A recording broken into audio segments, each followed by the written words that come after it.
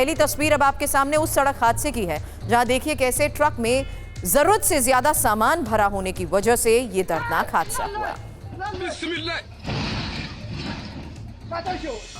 इन तस्वीरों को जरा गौर से देखिए और ये इतना ज्यादा ओवरलोड हो गया कि एक तरफ कैसे झुकने लगा। ये तस्वीरें कैमरे में कैद हैं। कुछ ही देर में सड़क पर धराशायी हुआ। आपको बता दें इसी ट्रक की छत पर एक शख्स भी मौजूद था। कैबिन में ड्राइवर और को ड्राइवर मौजूद थे। ट्रक के सड़क पर गिरने से तीनों बुरी तरीके से घायल हुए हैं।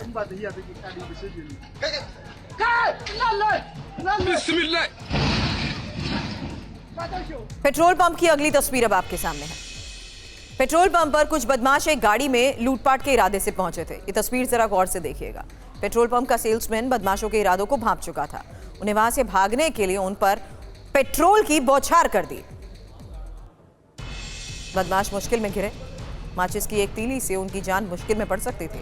ऐसे में उन्होंने पेट्रोल पंप से भागना ही बेहतर समझा।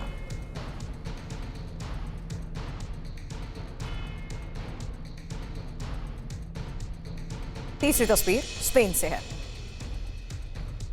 बर्फीले तूफान ने लोगों की मुश्किलें कैसे बढ़ा दी, इन तस्वीरों को देखकर अंदाजा लगाइए।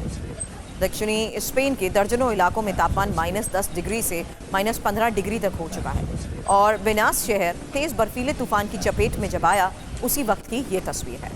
इन्हीं तेज हवाओं से लोगों की मुश्किलें तो बढ़ ही चुकी हैं और लगातार हुई बर्फबारी की वजह से लोग पहले ही आफत में थे।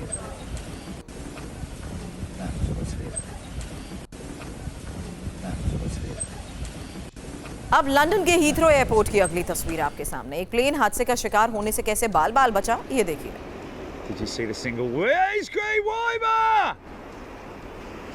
प्लेन लैंड करते वक्त की तस्वीर आपके सामने है। तेज हवाएं चल रही थी। प्लेन के पायलट ने लैंडिंग गियर खोले। प्लेन का टायर रनवे से टकराया और पायलट को खतरे का अंदाजा हो चुका था। लैंडिंग का इरादा छोड़ दिया उसने और यही वजह है कि प्लेन को फिर से हवा में ले गए। अब एक भीषण सड़क हादसे की तस्वीर आपके सामने होगी। हाईवे पर दौड़ती गाड़ियों के ऊपर अचानक कैसे लकड़ियां बरसने लगी, ये देखिए तस्वीर। और अचानक हाईवे पर आई इन लकड़ियों की चपेट में ये कार भी आ गई। इस हाईवे के ऊपर एक फ्लाईओवर था और फ्लाईओवर से गुजरते समय ही ये तस्वीर सामने आई है जहां ट्रक में रखी लकड़ियां सीधे हाईवे पर आ गिरी और यही वजह है कि आसपास से हाईवे से गुजर रही गाड़ियां भी इसकी चपेट में आ गई।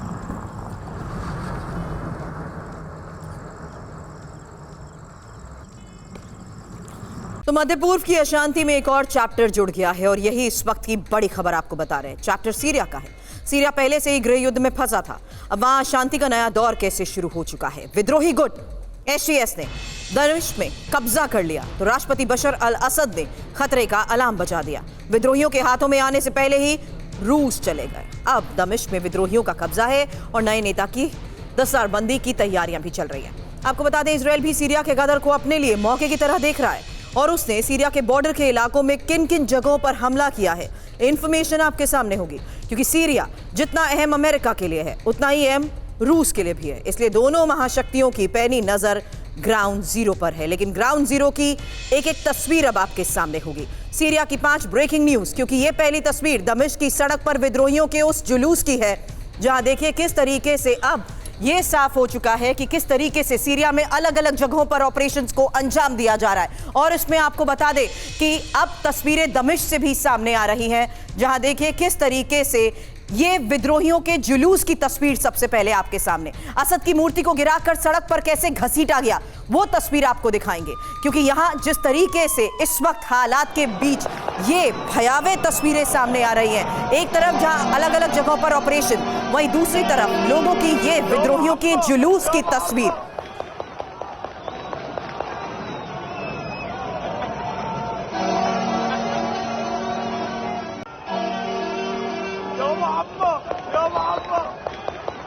तो एक तरफ जहां ऑपरेशंस को अंजाम दिया जा रहा है वहीं जुलूस की भी ये तस्वीरें सामने आई हैं। और आपको बता दें ये दमिश्क की सड़क पर विद्रोहियों का हुजूम जुटा हुआ है। उस वक्त की वो तस्वीर जब असद की मूर्ति को गिराकर सड़क पर घसीटा गया।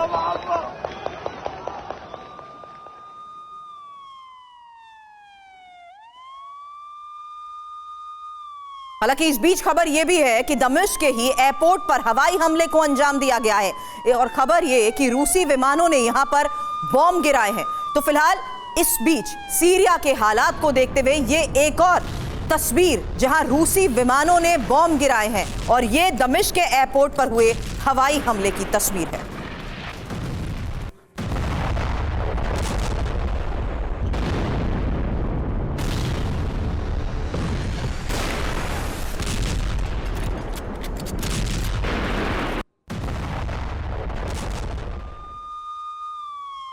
आपको बता दें सीरिया के शहर होम्स में भी पूरी तरीके से विद्रोहियों के कब्जे को लेकर बड़ी खबर सामने आ रही है और यहां सड़क पर टैंक कैसे दौड़ाए जा रहे हैं उसकी तस्वीर।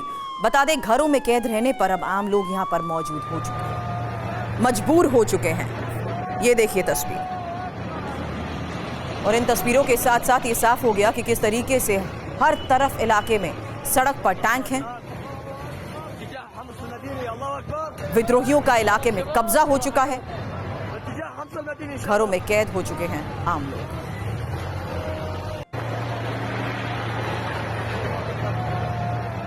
अब सीरिया पर इजरायल के हमले को लेकर भी आज बड़ी खबर आई है और ये इजरायली सेना की तरफ से बरसाए गए बम की तस्वीर आपके सामने होगी, क्योंकि कुछ ही दिनों में जिस तरीके से इजरायल अभी तक ऑपरेशंस को अंजाम दे रहा है, खबर ये आ रही है कि और बड़े ऑपरेशंस की इजरायल की तरफ से शुरुआत हो सकती है।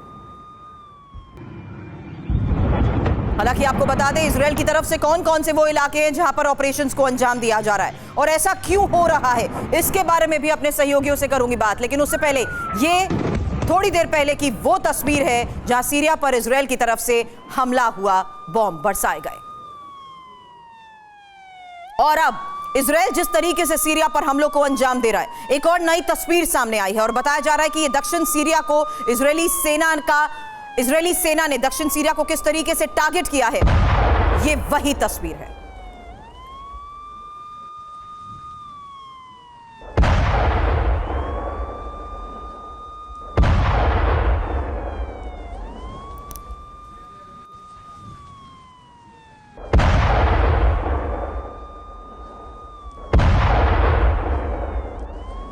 अलग अलग जगहों पर हुए हमले की तस्वीर आप देख चुके हैं, लेकिन इस बीच आपको बता दें बशर अल असद ने करीब 25 साल तक राज किया है।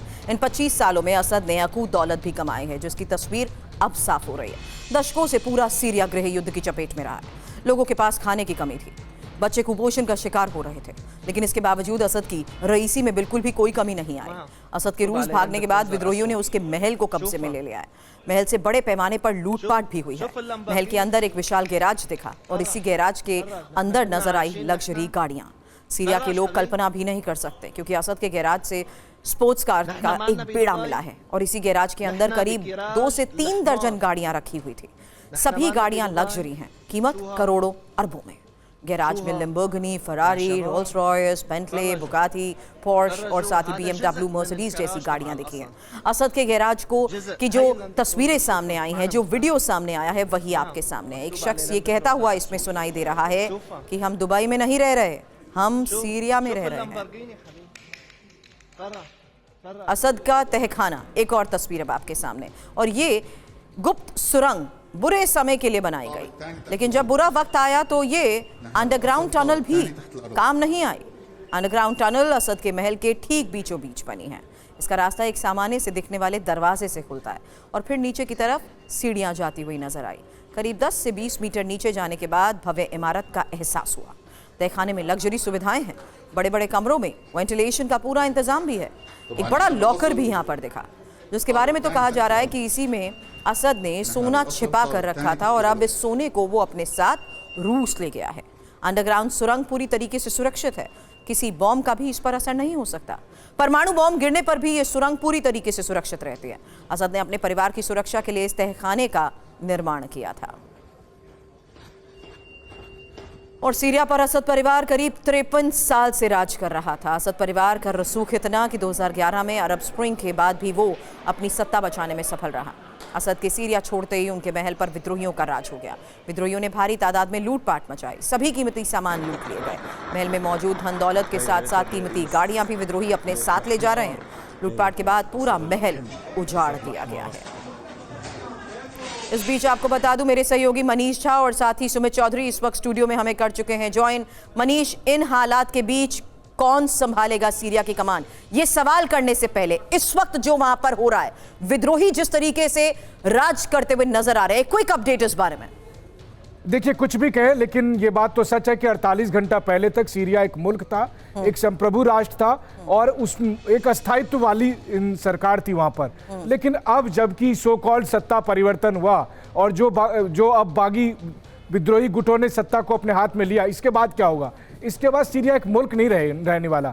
सीरिया इसके बाद कई कबीलाओं का द्वारा किया जाने वाला एक देश होगा, जहां पर अलग अलग इलाके को अलग अलग कबीले के तौर पर इस्तेमाल किए जाएंगे। आप सोचिए, जिन लोगों को सत्ता की बागडोर मिली है वो कौन लोग हैं? वो पहले अलकायदा के टेररिस्ट थे, वो पहले ISIS के टेररिस्ट थे, उस पर अमेरिका ने ही जो बड़े बड़े इनाम रखे थे। लेकिन अचानक से अब उन्हें बताया जाने लगा कि वो अब शांति दूत बन गए हैं, अब वो मसीहा बन गए हैं, वो मॉडरेट हो गए हैं और अब वो सत्ता की बागडोर संभालेंगे।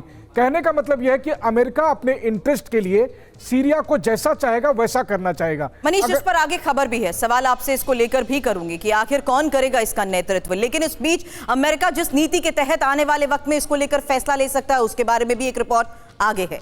अब असद सीरिया को अपने हाल में छोड़कर रूस तो भाग चुके हैं। असद के जाने के बाद सबसे बड़ा सवाल अभी भी बना हुआ है कि सीरिया को कौन चलाएगा। सीरिया पर असद परिवार का आधी सदी से ज्यादा समय तक शासन रहा। सीरिया में असद सरकार के खिलाफ कई बार विरोध पनपा, लेकिन हर बार वो इसे दबाने में कामयाब रहे। लेकिन इस बार सत्ता उनके हाथ से निकल गई है। बशर के 24 साल के शासन से पहले उनके पिता 30 साल तक राष्ट्रपति रहे। इस तख्ता पलट के बाद सबकी निगाहें हया तहरीर अल शाम यानी HTS के प्रमुख अबू मोहम्मद अल जुलानी पर हैं। और जुलानी सीरिया का नया राष्ट्रपति बनने की रेस में सबसे आगे भी हैं, क्योंकि जुलानी और उसकी सेना ने ही असद के खिलाफ सबसे ज्यादा खून बहाया, गदर का नेतृत्व भी किया। हालांकि यह बात भी तय है कि सीरिया का प्रमुख बिना ताकतवर देशों की रजामंदी से नहीं बन सकता है। पश्चिमी देशों की सियासत सीरिया के नए शासक का नाम तय कर सकती है।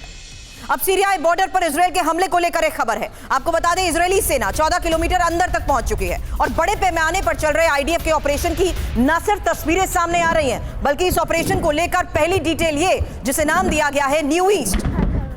ये ऑपरेशन जिन इलाकों में चल रहा है उसको लेकर मेरे सहयोगी सुमित से सवाल करूंगी, लेकिन उससे पहले ये इंफॉर्मेशन, इजरायली सेना की 14 किलोमीटर अंदर तक मौजूदगी। सुमित, इसका मतलब क्या है? सीधे इंफॉर्मेशन वॉल पर मुझे आप ज्वाइन भी करिएगा, क्योंकि अभी इस इंफॉर्मेशन वॉल पर एक मैप के साथ साथ उन तमाम इलाकों में जिस तरीके से ऑपरेशन चलाया जा रहा है उसके बारे में इंफॉर्मेशन मैं आपके सामने रखूंगी। फिलहाल खबर जानिए, किस तरीके से ऑपरेशन न्यू ईस्ट की शुरुआत हुई है। यह असद सरकार गिरने के 6 घंटे बाद इजरायल के ऑपरेशन को लेकर सबसे बड़ी खबर है। इसमें इंपॉर्टेंट है वो लोकेशंस जो फिलहाल इस मैप में हाईलाइट की गई हैं। सुमित, और साथ ही प्लीज आप इसे जूम इन करिएगा, क्योंकि यहां कॉर्नर में नजर आ रहा है इजरायल।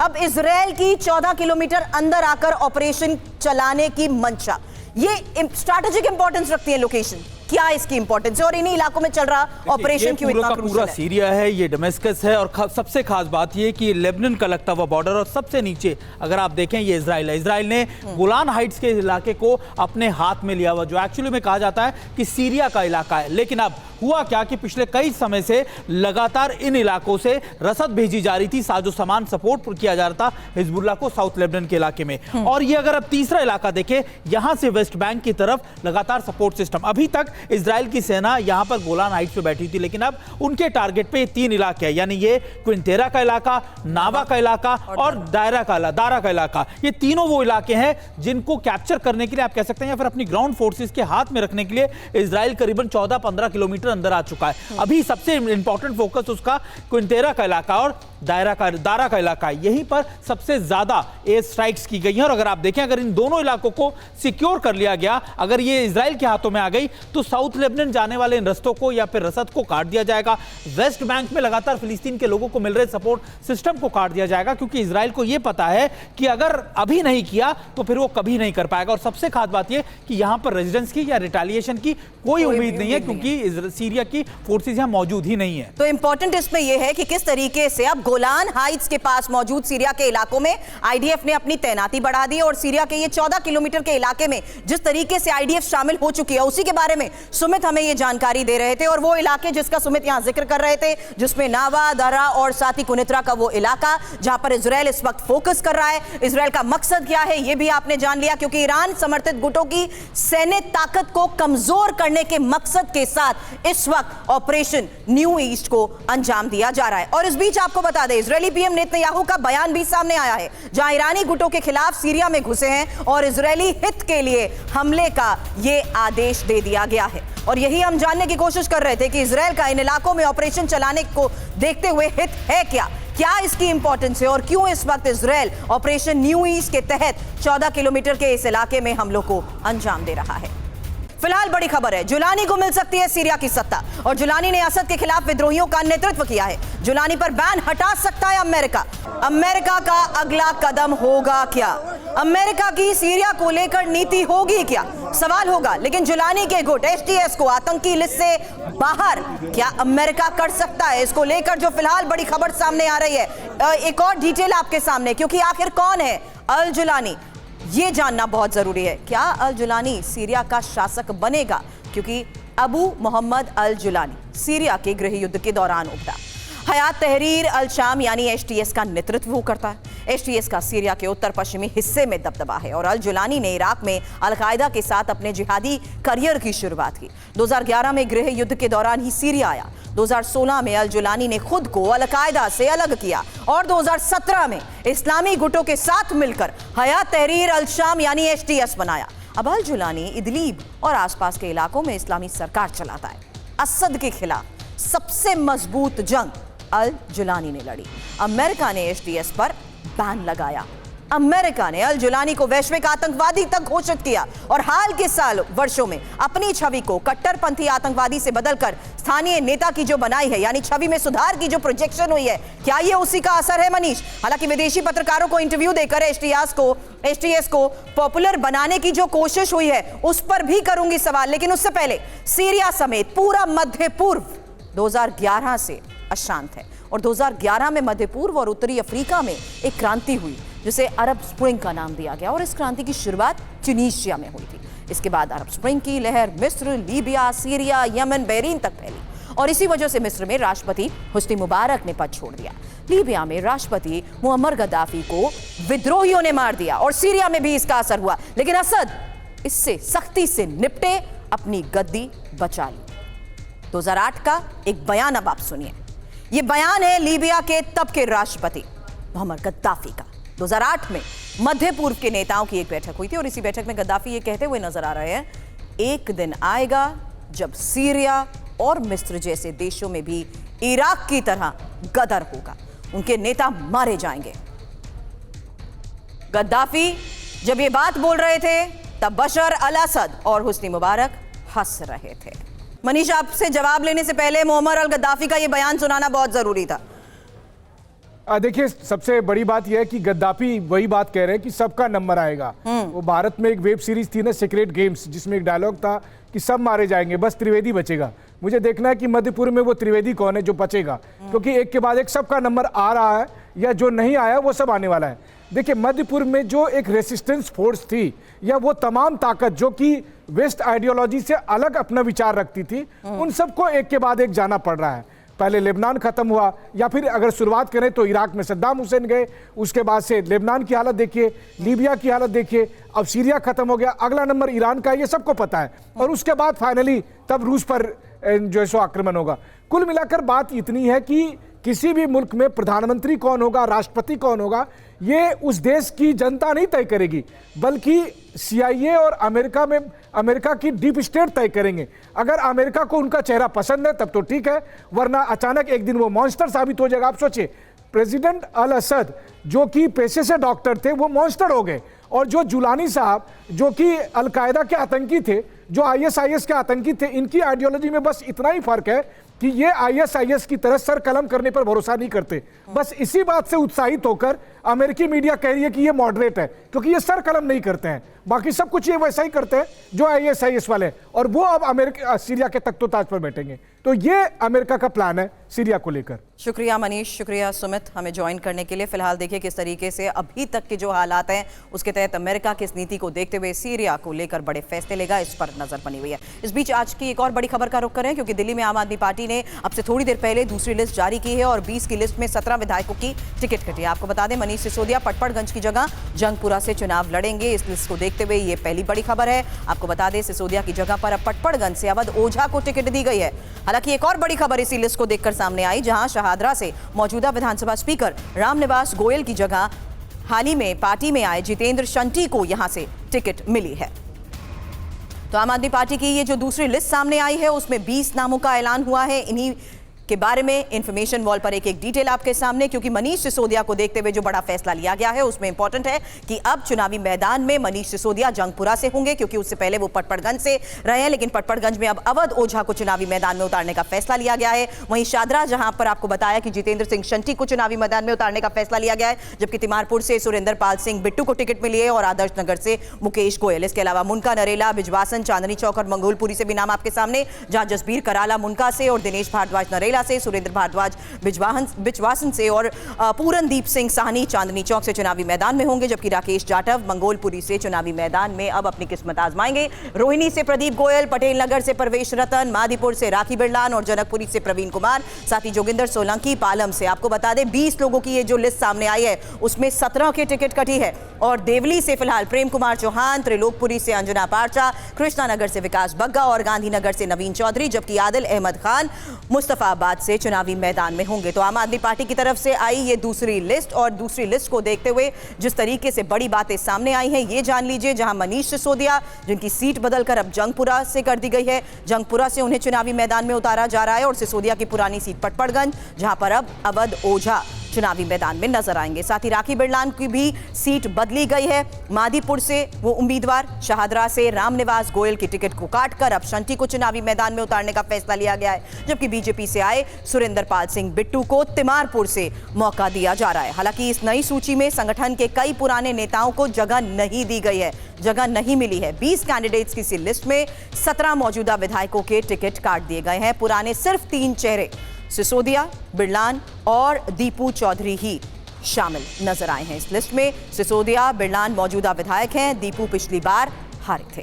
मुस्तफाबाद से आम आदमी पार्टी ने आदिल अहमद खान को उम्मीदवार बनाया है। जीत भाटी हमारे सहयोगी इस वक्त हमारे साथ हैं। जीत, पहली लिस्ट में हमने देखा था 11 लोगों के नाम का ऐलान हुआ था, 7 वो जो दूसरी पार्टियों से आम आदमी पार्टी में शामिल हुए उन्हें मौका दिया गया।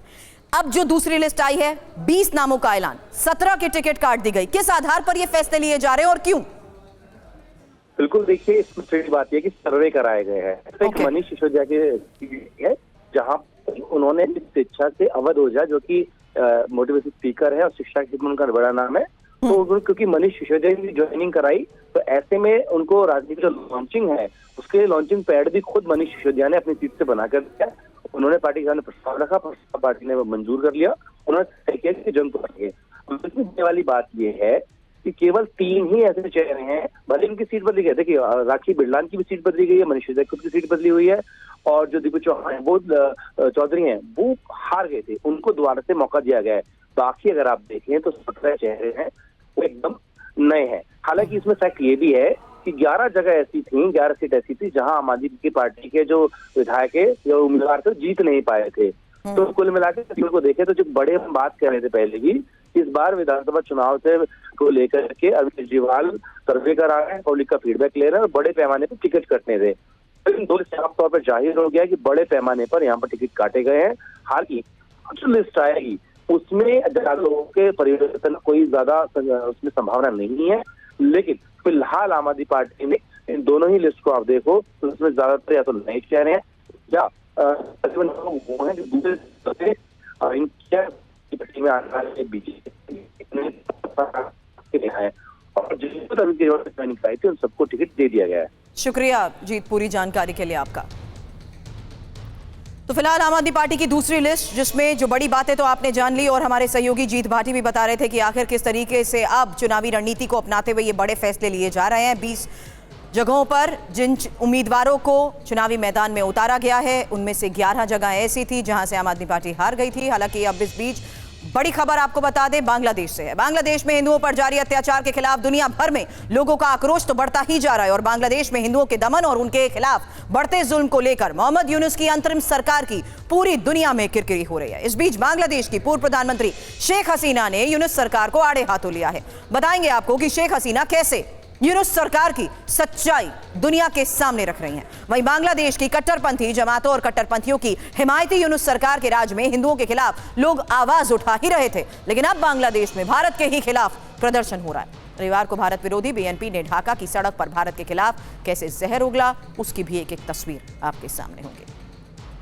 फिलहाल बांग्लादेश की पूर्व पीएम शेख हसीना की वीडियो कॉन्फ्रेंसिंग के जरिए पार्टी कार्यकर्ताओं को संबोधन की तस्वीर और बड़ी बातें, क्योंकि शेख हसीना ने अब यूनुस सरकार के खिलाफ मोर्चा खोला है। शेख हसीना की लोगों से एकजुट होने की अपील को लेकर खबर आई।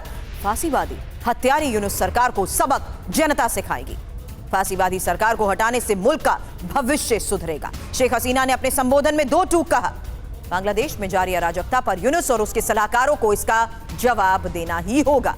शेख हसीना ने भारत से लंदन में मौजूद आवामी लीग के कार्यकर्ताओं को संबोधित किया।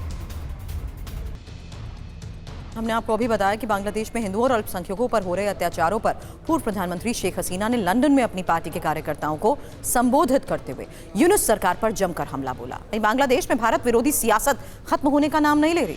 बांग्लादेश की राजधानी ढाका में बांग्लादेश नेशनलिस्ट पार्टी ने रविवार को इंडियन हाई कमीशन के सामने ही भारत के विरोध में मार्च निकाला। इस मार्च में हिंदू विरोधी नारे लगाए गए। इस दौरान बीएनपी के नेताओं ने शेख हसीना सरकार और भारत के रिश्तों पर भी सवाल उठाए।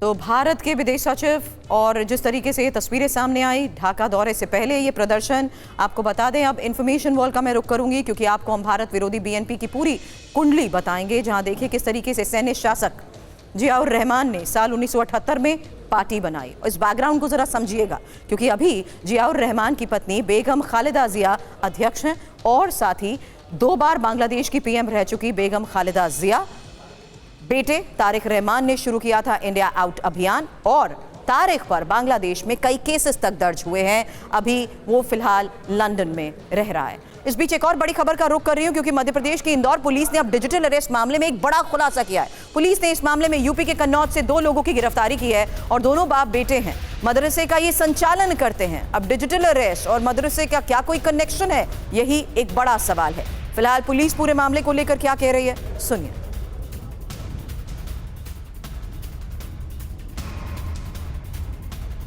अभी पिता पुत्र को पकड़ा गया था। एक सितंबर महीने में एक डिजिटल अरेस्ट की घटना हुई थी 46 लाख की, जिसमें कि पिता पुत्र को अभी फिलहाल जो उत्तर प्रदेश के कन्नौज जिले के हैं सतारा गांव से, उन दोनों को फिलहाल गिरफ्तार कर लिया गया है और उनसे पूछताछ जारी है। उनको फिलहाल पुलिस रिमांड लिया गया है। इसमें 10 तारीख तक की पुलिस रिमांड में है। उन दोनों आरोपियों का जो मदरसा समिति के जो सदस्य हैं और इनके पदाधिकारी हैं, उनसे ही पूछताछ की जा रही है। इसमें कुल 9 अकाउंट सामने आए हैं, जिन 9 अकाउंट को फ्रीज कराया जा रहा है। अब डिजिटल अरेस्ट का ये मामला, हालांकि इंदौर पुलिस की इस इन्वेस्टिगेशन में क्या बड़े खुलासे हुए, पहले ये जानिए। महिला को डिजिटल अरेस्ट कर 46 लाख रुपए ठगे गए। कन्नौज के मदरसे के अकाउंट में ये रकम ट्रांसफर हुई। पुलिस ने मदरसे के 2 अकाउंट्स को चिन्हित भी किया है। अली अहमद और उसके बेटे असद अहमद की गिरफ्तारी के बाद लगातार पूरे मामले की जांच का दायरा बढ़ता जा रहा है। दोनों पिता पुत्र किस तरीके से डिजिटल अरेस्ट के जरिए लोगों को ठगते थे, ये जानने की कोशिश की जा रही है। फिलहाल खुलासा ये हुआ कि जो डिजिटल अरेस्ट के जरिए 46 लाख रुपए हासिल किए, उन्हें मदरसे के कामकाज के लिए ट्रांसफर कर दिया गया। दोनों पिता पुत्र मदरसे के प्रबंधक थे। 50% कमीशन की वजह से मदरसे के अकाउंट में पैसा ट्रांसफर कराया, फिर देश के अलग अलग शहरों के 18 अकाउंट्स में पैसों को ट्रांसफर किया गया, जिसके आधार पर पूरे मामले की जांच हो रही है। अब जो बड़ा खुलासा इस पूरे मामले पर हुआ है, इस पर और जानकारी के साथ मेरे सहयोगी शुभम गुप्ता हमें ज्वाइन कर चुके हैं। शुभम, कन्नौज से ये गिरफ्तारी हुई है, इनके बारे में, इनके अकाउंट्स को खंगालने के बाद और क्या बड़ी बातें सामने आई? देखिए, ये सिर्फ इंदौर या कन्नौज तक ही सीमित मामला नहीं है। 46 लाख की ठगी होती है, पुलिस जांच पड़ताल करती है और चूँकि तकरीबन 42 अकाउंट्स में जो है वो ट्रांजैक्शन हुआ, दो अकाउंट्स के बारे में पुलिस को पता चलता है, जो कि कन्नौज का होता है और एक मदरसे का होता है। ये दो अकाउंट्स हाल ही में खोले गए थे। पिता पुत्र दोनों को 50% कमीशन की बात हुई थी, मगर जो मुख्य आरोपी है वो कश्मीर का बताया जा रहा है। दोनों ही आरोपियों को पुलिस ने रिमांड पर लिया है, इनसे पूछताछ की जा रही है और उनका ये कहना है कि सोशल मीडिया पर हमें एक शख्स से हमने बातचीत की, उसने कहा कि आप मिलिए, मिलजुल कर ये बात हुई कि जो भी इस तरह का एक तरह से अपराध होगा उसका 50% हम आपको देंगे, हमें सिर्फ आपके अकाउंट्स का इस्तेमाल करना होगा। और वही हुआ कि आधा पैसा जो है वो इन दो अकाउंट्स में गया। अब आप देखिए कि इसमें इंदौर, कन्नौज यानी मध्य प्रदेश, उत्तर प्रदेश, कश्मीर, यहाँ तक कि एक अकाउंट शंघाई का भी, चाइना का भी बताया जा रहा है, जिसमें पैसा ट्रांसफ़र किया गया है। यानी कि कश्मीर से होते हुए चीन तक कनेक्शन इसमें पहुंचा है। मुख्य आरोपी तक पुलिस अभी नहीं पहुंच पाई है, मगर जांच पड़ताल जारी है। और सिर्फ एक ही मामला नहीं है, बल्कि अन्य मामले भी ऐसे हैं जिसमें कहीं दुबई से कनेक्शन आया है, दुबई के खातों में पैसा ट्रांसफ़र किया गया है, कहीं चाइना के खातों में पैसा ट्रांसफ़र किया गया है। तो ये बड़ा मामला है और पहली बार ये हमें देखने को मिला है कि किसी मदरसे के अकाउंट में पैसा ट्रांसफ़र किया गया हो। तो जो अन्य मामले हैं उसको लेकर भी पुलिस जाँच पड़ताल कर रही है और हर पहलू पर गंभीरता से जाँच कर रही है। चलिए, इन तमाम पहलुओं पर किस तरीके से जांच को लेकर आगे दायरा बढ़ता है, इस पर नजर बनाए रखिए। शुक्रिया पूरी जानकारी के लिए आपका। अब यूपी के जेवर एयरपोर्ट पर विमान की सफल ट्रायल लैंडिंग की तस्वीर आपके सामने। आपको बता दें, पहली बार जेवर एयरपोर्ट के रनवे पर विमान उतरा है और विमान का वाटर कैनन से कैसे स्वागत हुआ, वही तस्वीर आपके सामने। तो नोएडा इंटरनेशनल एयरपोर्ट पर इंडिगो की फ्लाइट की पहली लैंडिंग की तस्वीर इस वक्त आप देख रहे हैं। और नोएडा के जेवर एयरपोर्ट पर विमानों के ट्रायल की जिस तरीके से शुरुआत हुई है, आज ये तस्वीर सामने आई जब लैंडिंग के बाद देखिए किस तरीके से वाटर कैनन से स्वागत हुआ। पहली फ्लाइट लैंड हुई जेवर एयरपोर्ट पर।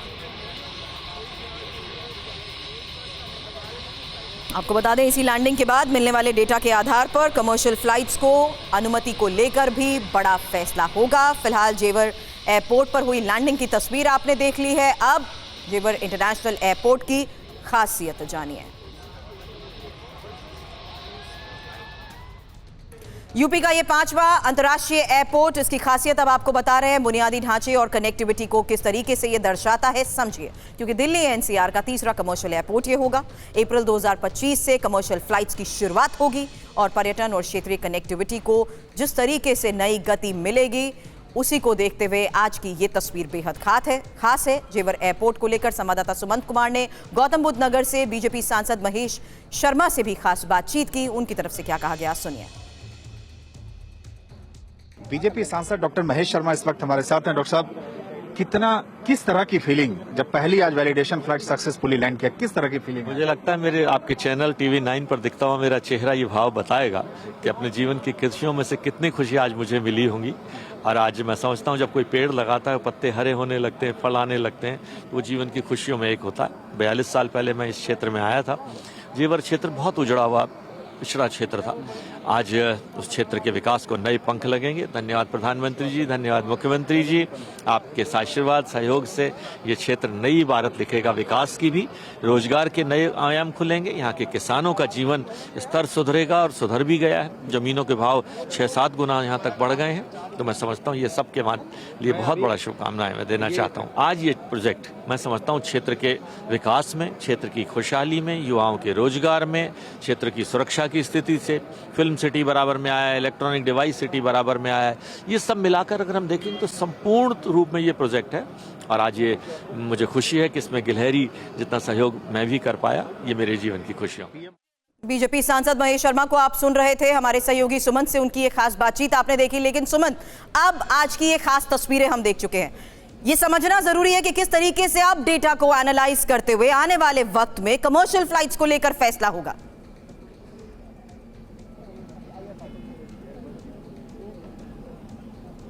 अब बिल्कुल देखिए सुरभि, सबसे पहले इस वक्त मैं ताजा तस्वीरें दिखाऊं। ये देखिए, यही वो इंडिगो की फ्लाइट है, जो वैलिडेशन फ्लाइट जो दिल्ली एयरपोर्ट से जो यहाँ आई थी सक्सेसफुली लैंड करने के बाद। अब सीधी तस्वीरें इस वक्त आप नोएडा इंटरनेशनल एयरपोर्ट से देख रहे हैं। अब ये विमान वापस टेक ऑफ के लिए रेडी हो रहा है। आप सामने देख सकते हैं कि जो टेक्निकल स्टाफ हैं वो यहाँ पे मौजूद हैं। लेकिन जब इस विमान की सक्सेसफुली जब लैंड हुआ उस वक्त यहाँ पे केंद्रीय नागरिक उड्डयन मंत्री राममोहन नायडू भी मौजूद थे। अब से थोड़ी देर पहले उन्होंने कहा है कि जितना सहयोग हो पाएगा मिनिस्ट्री से दिया जाएगा और जो टारगेट है कि अप्रैल 2025 से कॉमर्शियल फ्लाइट्स की आवाजाही शुरू हो सके उसे लेकर दिन रात काम चल रहा है। और अगर आप देखें तो उस दिशा में एक बहुत अहम कदम है इस वैलिडेशन फ्लाइट का सफलतापूर्वक लैंड करना, क्योंकि इसके बाद आगे सुरभि एरोड्रम लाइसेंस का आवेदन दिया जाएगा और उसके कुछ दिनों बाद माना जा रहा है कि नियमित रूप से यहाँ पे जो फ्लाइट्स है उसका ट्रायल शुरू किया जाएगा। लेकिन आप तस्वीरों में देखें कि अब ये तकरीबन 1.5 घंटे से ज्यादा ये विमान यहाँ पे रहा और तमाम जो डीजीसीए के टेक्निकल स्टाफ थे, एयरपोर्ट अथॉरिटी ऑफ इंडिया के क्रू मेंबर्स थे, सभी लोग आए और अब आप देखिए कि ये विमान धीरे धीरे टेक ऑफ के लिए तैयार है। अब यहाँ से ये विमान टेक ऑफ होकर वापस दिल्ली जाएगा। लेकिन वाकई ये माना जा रहा है कि इस जो पिछले कई वर्षों से जिस लम्हे का इंतजार था, जिस वक्त का इंतजार था, वो अब सफल हो चुका है। और अब ऐसा लग रहा है कि अभी जब हम लोगों ने पूछा भी केंद्रीय नागरिक उड्डयन मंत्री राममोहन नायडू से तो उन्होंने कहा कि हम लोग पूरी तरह से काम कर रहे हैं कि किसी भी तरह से जो अप्रैल का टारगेट है, अप्रैल 2025 से कॉमर्शियल फ्लाइट्स की आवाजाही शुरू हो सके। और इसकी शुरुआत के साथ ही सिर्फ जेवर ही नहीं, सिर्फ पश्चिमी यूपी नहीं, माना जा रहा है कि पूरे इलाके में जो आप कह सकते हैं विकास की रफ्तार है उसको नया आयाम मिलेगा और साथ ही साथ रोजगार के जो मौके हैं वो भी बड़े पैमाने पे क्रिएट होंगे।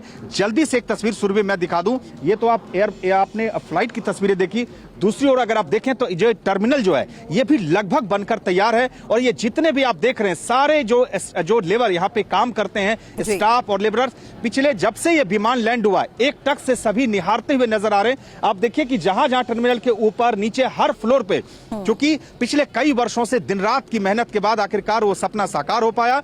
और ये आज का दिन वाकई आप कह सकते हैं कि ऐतिहासिक दिन है। बिल्कुल, और लैंडिंग के बाद वाले प्रधानमंत्री के जरिए जो डेटा सामने आ रहा है ये एक सक्सेसफुल जिस तरीके से लैंडिंग हुई है, उसके बाद एक्सपर्ट्स का भी ये मानना है कि आगे की किसी तरीके की वैलिडेशन की जरूरत नहीं होगी, वो भी आसान हो जाएगी। और अप्रैल तक जिस तरीके से कमर्शियल फ्लाइट्स को लेकर ये संभावना है कि इसकी शुरुआत हो सकती है, उसे भी हरी झंडी मिलती नजर आ रही है। लेकिन इस बीच इस वक्त की एक और सबसे बड़ी खबर का रुख कर रही हूं, क्योंकि गुरुग्राम के 5 होटल्स को मिली बॉम्ब से उड़ाने की धमकी और मेल के जरिए होटल प्रबंधन को जिस तरीके से ये धमकी मिली है, इस वक्त ये बड़ी खबर है। गुरुग्राम पुलिस पूरे मामले की जांच कर रही है और गुरुग्राम पुलिस ने बॉम्ब स्क्वाड के साथ सभी होटल्स में सर्च ऑपरेशन चलाया है। हमारे सहयोगी अभिजीत इस बारे में और अपडेट के साथ हमें ज्वाइन कर रहे हैं। फिलहाल क्या जानकारी अभी तक के सर्च के बाद, क्या खबर सामने आ रही है? गुरुग्राम पुलिस मेल करने वाले के आईपी एड्रेस को भी अब ट्रेस कर रही है, ये एक और बड़ी खबर इसको लेकर, अभिजीत बताएं।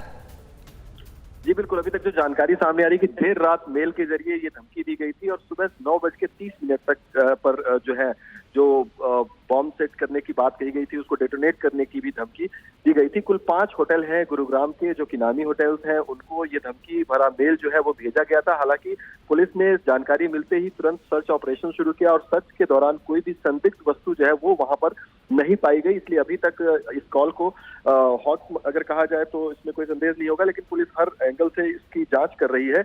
अभी तक जो जानकारी हमें मिली कि गुरुग्राम पुलिस जो है वो सबसे पहले मेल का आईपी एड्रेस से ट्रेस करने की कोशिश कर रही है कि किस लोकेशन से किस व्यक्ति के द्वारा ये भेजा गया, जो कि सबसे पहले इन्वेस्टिगेशन में शुरुआत होती है। लेकिन दिल्ली के स्कूलों के बाद अब गुरुग्राम के होटल्स को इस तरह की धमकी मिलना और लगातार इस तरह की घटनाएं होते रहना एक पुलिस तंत्र के सामने भी एक बड़ी चुनौती है कि जिस तरीके से लगातार इस तरह की घटनाएं सामने आ रही है। जी शुक्रिया पूरी जानकारी के लिए अभिजीत, आगे भी इस बारे में आपसे अपडेट लेंगे। शुक्रिया।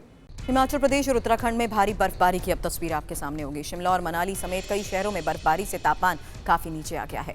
पूरे शहर में जैसे बर्फबारी हो रही है, बर्फ की सफेद चादर बिछ चुकी है। घर की छतों से लेकर सड़क और पहाड़ पर खड़े पेड़ों पर हर कहीं बर्फ ही बर्फ है। हिमाचल के पहाड़ों के बीच बसे इस शहर की खूबसूरती देखते ही बन रही है। उत्तराखंड के रुद्रप्रयाग में भी बर्फबारी जारी है। तस्वीरें बाबा केदारनाथ धाम की भी आपके सामने, जहां मंदिर के शिखर पर भी आपके सामने है तस्वीर, कैसे बर्फ जमा हो चुके हैं। अंदर परिसर बर्फ की मोटी चादर से ढक चुका है। जम्मू कश्मीर के भी कई इलाकों में जमकर बर्फबारी की तस्वीरें सामने आ रही हैं। स्थानीय लोगों की परेशानियां भी बढ़ रही हैं।